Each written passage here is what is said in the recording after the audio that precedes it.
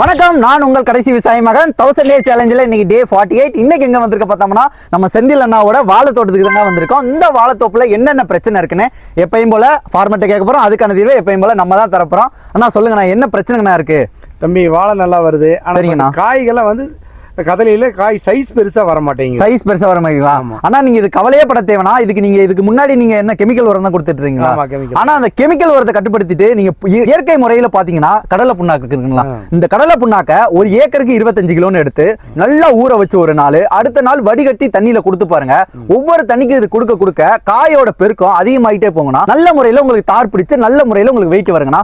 மக்களே, இயற்கை முறையில உங்களுக்கு தார் நல்லா போட தள்ளணும். நம்ம கெமிக்கல் உரத்துக்கே போய் ஒரு வாழை எடுத்து அதுல என்ன பிரயோஜனம்? அதே மாதிரி இயற்கை முறையில் போகணும்னா மறக்காம கடலை புண்ணாக்க ஒரு ஏக்கருக்கு 25 கிலோ ஊற வச்சு தண்ணியில வடிகட்டி நல்ல முக்கியமான விஷயம், வடிகட்டி கொடுத்தீங்கன்னா நல்ல முறையில் உங்களுக்கு இது வரும். இந்த மாதிரி இயற்கையான விஷயங்களை நீங்க தெரிஞ்சுக்கணும்னு நினைச்சீங்கன்னா மறக்காம கடைசி விவசாயி மேனோட பேஜை மறக்காம சப்ஸ்கிரைப் பண்ணிக்கோங்க. நம்ம இன்ஸ்டாகிராம் பேஜான KVM அபிஷியலை ஃபாலோ பண்ணிக்கோங்க. ஆனா நீங்களும் சொல்லிருங்க.